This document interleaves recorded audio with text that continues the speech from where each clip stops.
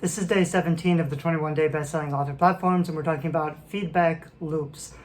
This is a little tricky because what we've been doing so far in this course is preparing to potentially launch a book. So a lot of the things that we're doing, if you're planning on launching a book in a month, this is what you can do in 3 weeks so that when you launch the book, you've actually got some people who are excited for it. So it's kind of pre-marketing or pre-launch to build up to the point where you can launch a strong book instead of just launching a book and then figuring out what went wrong and trying to fix it after the fact, which you can also do, but it's better to do it on purpose, intentionally, so that you can have at least somewhat of a successful book launch.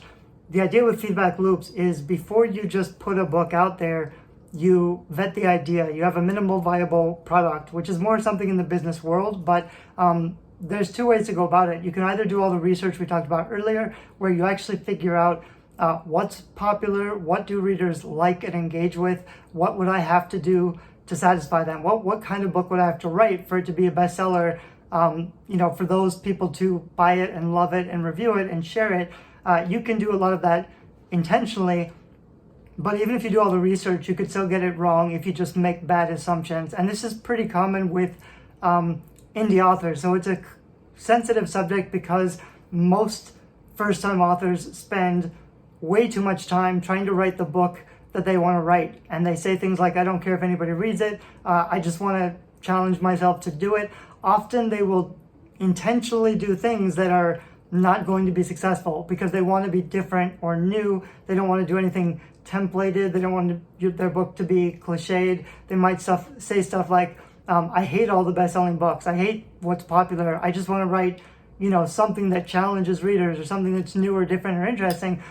They're making choices to write a book that will not be successful because they don't believe the majority of readers who are not going to like their book, they don't believe those people matter or their opinions matter. So that sounds like a little a harsh way to say it. The other way to say it is just a lot of famous books say, don't worry about your audience, just focus on finishing the work and doing what you're passionate about, because it is true that finishing the work is challenging. The problem is you could spend way too long finishing a book, focusing on the wrong things, and think your book is good because you put a lot of time and effort into it, and that doesn't matter. You could write a book very quickly with much less effort that is more successful just because it's the kind of book that people actually want and respond to. So at some point, what usually happens is authors publish a book that they focus on what they want to write, but nobody actually gets the book. It's really hard to sell. Even if you do everything right, people just don't enjoy the book because it's not what they want. So the idea with feedback loops is before you publish a book, you try to get at least some feedback on the idea, the premise. You could be doing it with advertising. If the book isn't done yet, you could, figure out 10 different book ideas. Maybe you don't know which book you want to focus on, or you don't know how to pitch your book. So like if we had finished the book, you would focus on the elevator pitch and you would have 5 or 10 different little snippets, and then you would see which one of those is the most successful. And you're still going to want to do that even when you finish the book. You want to be testing out your marketing copy to see which of these hooks is going to draw in the right audience and get the most clicks and conversions. But you also kind of want to be open to the idea that maybe your book isn't quite perfect yet. Maybe you've got some blind spots. Maybe there are things that you could fix in terms of, writing flaws or errors or even typos, which is a smaller issue.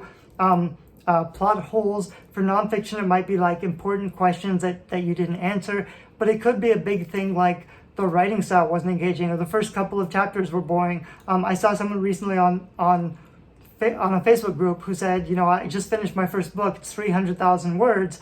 The first half is all set up in world building. And, everybody, of course, told him that's enough content for 3 books. And even then, you probably need to edit a lot of the fluff out of it. But for most authors, the problem is, once you've finished a book that way, it's going to be really hard to edit or revise. You're probably just going to put it out there and then learn after the fact that it's not successful because of all the things that people told you. People with more experience who have told you what you need to do. Most first-time authors just refuse it because they've done it the way that they want, and they're just going to be stuck in their ways to finish it. gradually, after you've published some books the way you want and they're unsuccessful or failures, most authors will reconsider and think, okay, I've built some of these skills. Now, how can I do the same thing but faster without making the mistakes so that I'm actually making money with my writing? That's a transition that most authors go through. And unfortunately, it usually takes, people say 5 or 10 years to write the first book. This guy's book was 300,000 words, probably took him many years, hundreds of thousands of hours of work. And he could have done it easier and been more successful, not by focusing on, pleasing the market, but by writing an objectively better book. It's a weird thing when you talk about art, making something for the market. A lot of people will say that's not art, it's not creativity, but I think you can say that objectively the best book is the one that readers enjoy, the one that sells, the one that gets a lot of reviews, the one that readers can't stop thinking about. That's a good book. You can still tell your story, but there's a format, there's a way of writing it and packaging it so that it's accessible for readers to actually get into your content. If you make it too difficult for readers to get into your content, that's not because you're a better writer or you're trying to make something new and different and creative. You're just failing to do the bare minimum of the market demands, the things that that every best-selling popular book does. The format, the way to build intrigue, to build your suspense, the way to build up characterization, backstory dumps. There's a ton of things that are difficult to learn the first time you go around. So the first time you might feel like, well, you're going to ignore all that stuff and just do it the way you want. That's not a mark of pride because you're not influenced by the market. That means you're failing to do the bare minimum to make your book a good book. So with feedback loops, the idea is send out samples of your writing faster. Instead of writing in a hole or in a cave for 5 or 10 years trying to figure your book out, see if anybody wants it first. Figure out the hook, figure out the first chapter, figure out the premise, your characters.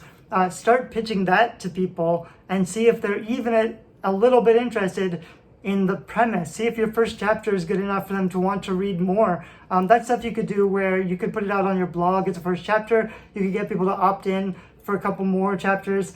You could be building your email list or your ARC team so that you have some potential beta readers who are experienced with books in your genre. You don't want to ask friends and family for feedback because they're not going to know how to give you good feedback. And even most readers are not going to know how to give you good constructive feedback.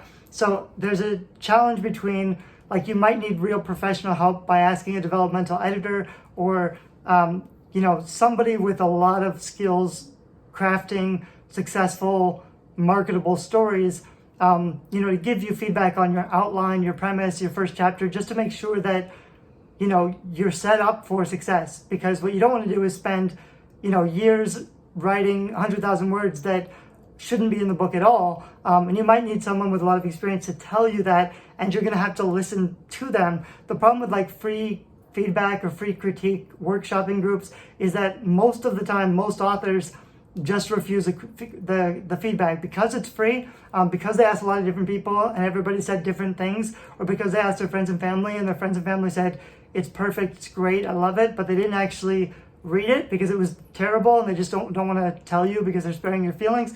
It's difficult to get really high quality, critical, constructive feedback. Sometimes it's worth paying for it because then at least you take it seriously and you listen to the expert who you're paying. But sometimes you can do it for free just by, before you invest too much time making a huge thing the wrong way, learn how to do it the right way and do it in small bite-sized chunks so that you can include people in your process.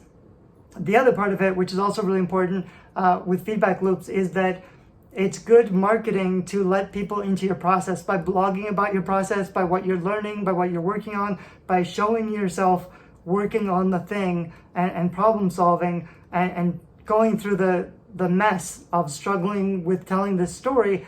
That's really good content that you could be sharing to build your author platform. So in terms of blog posts or social media updates, or when you finish a cool scene or chapter, maybe it's something that's not even going to make it in the final book, but just something that you can share right away. Like, here's a couple paragraphs I wrote today. That could be a really strong update to your audience to share some good content and also allow people into your writing process. Also, if you allow people into your the process of making the thing, it gives them a reason to be on board with the entire project. Because if people give you feedback, this is also why, like, even if I know what cover I'm going to use, I might ask for feedback, like, which of these 5 covers do you like the best? Because even if, you know, I'm not getting a lot of really good critical feedback on the covers, it's always a good idea to see what people like. But also, now I'm sharing some good content that people are engaging with. Because if you ask people for opinions or feedback on some of your content, you're inviting them to be co-creators with you. They're going to be a lot more invested in your platform, in your books, in your launches, everything. So it's kind of a way of developing superfans just by allowing them to see the process and inviting them to give their feedback. It's always a lot easier to get people to engage with your work if you're asking for their opinions, as opposed to just telling them or just, you know, broadcasting information at them. Then there's nothing for them to do. They'll either click the link or, you know, maybe read the content, but there's nothing for them to do. There's no reason for them to like or share or engage or comment. You want to create opportunities for them to share their opinions. That's kind of what I want to be doing with feedback loops. So half of it is making sure you're listening, like connecting with the right audience and making sure you're listening so you're making smart decisions that save you time and money. But also, it's just a good way of marketing your book, because I'm not just talking about my book or promoting my book. I'm inviting people into my process, which allows them to become supporters or fans, and to kind of share like a more intimate creation process where they can kind of be more sympathetic. They see you as a human. It's more interesting content where they can see the behind the scenes of how you're making the thing. So I think that's one of the reasons why I think it can be a smart thing to do.